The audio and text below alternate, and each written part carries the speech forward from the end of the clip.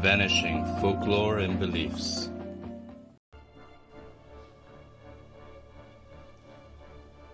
The Island Maiden, from Heroes of Estonia, public domain reading.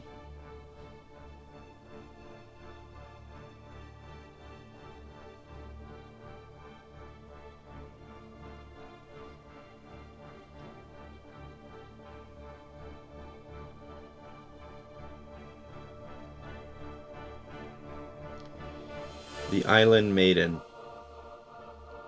When the KALEVIPOEG had satisfied himself that no further traces of his mother were to be found, he cast himself into the sea beneath the stars and swam northwards, manfully towards Finland, swimming with his hands, steering with his feet, and with his hair floating like a sail.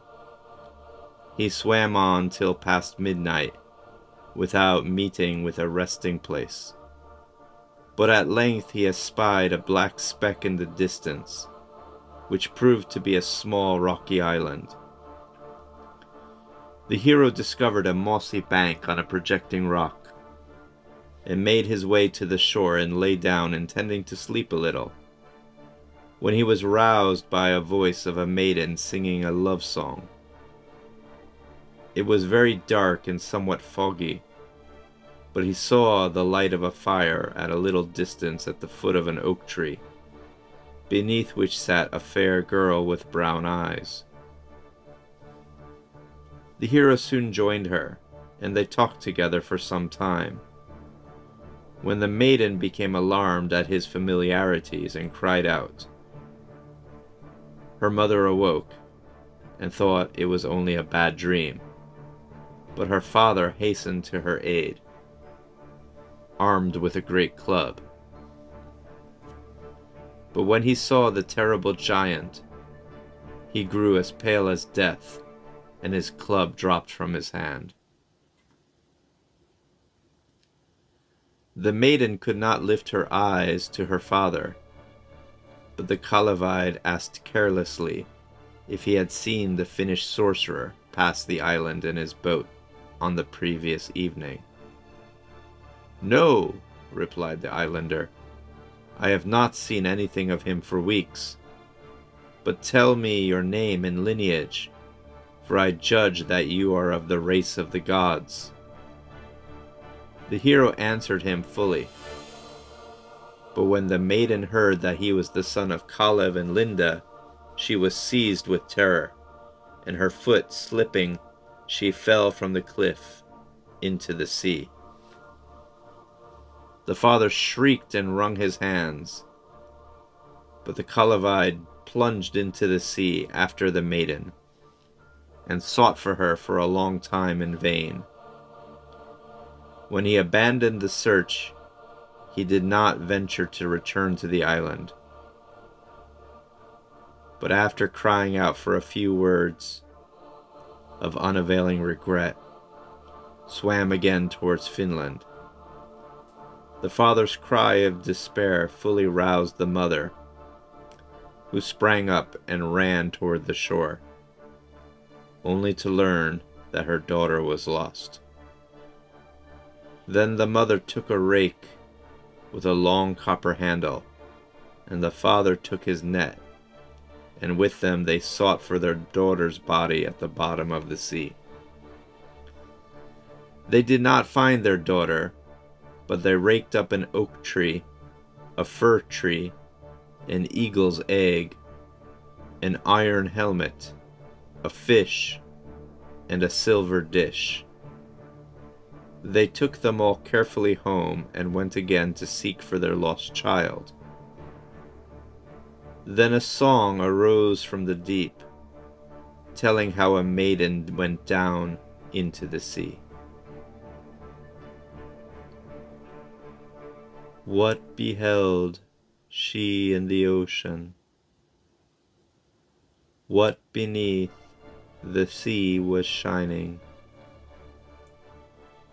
From the sea a sword shone golden. In the waves a spear of silver.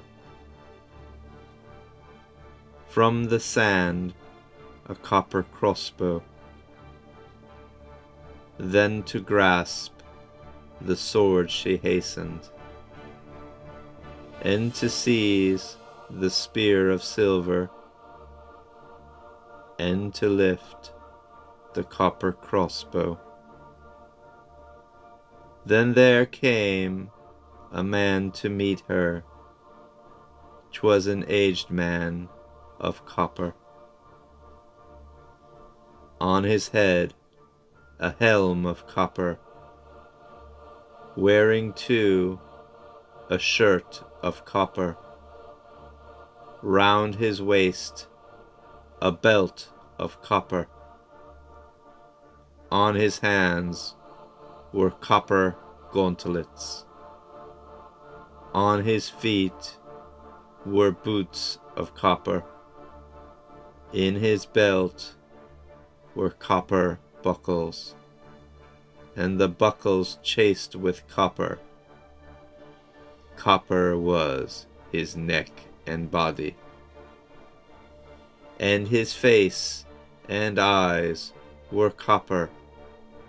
And the copper man demanded, in the sea what seeks the maiden, singing thus amid the waters, she a dove among the fishes.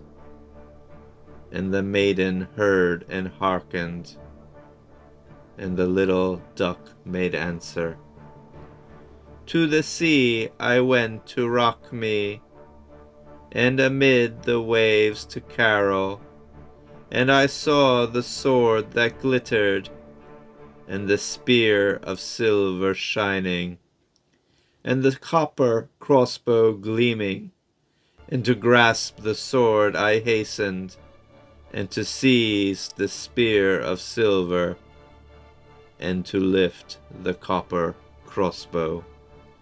Then the copper man made answer, with his copper tongue he answered, 'Tis the sword of son of KALEVIPOEG, and the spear is son of Léamh's, and the crossbow son of Suíomh's, on the bed of ocean guarded. Here the man of copper keeps them, of the golden sword the guardian, guardian of the spear of silver, guardian of the copper crossbow.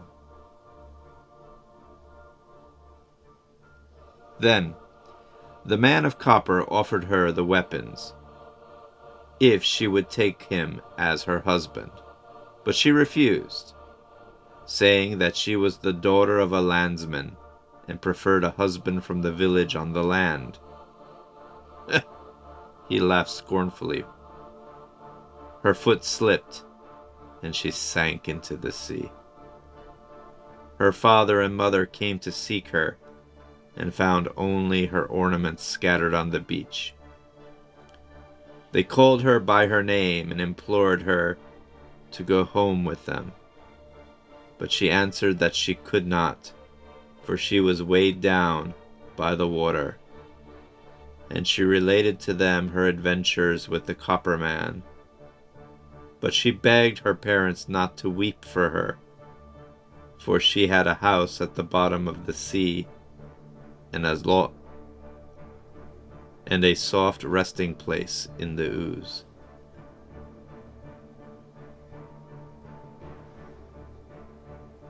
Do not weep, my dearest mother, nor lament, my dearest father.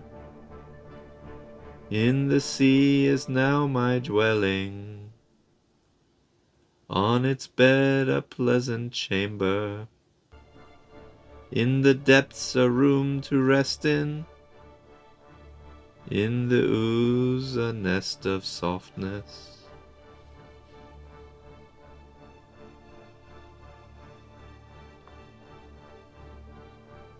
If you enjoyed this reading, please click the subscribe button to help support this channel. Thank you.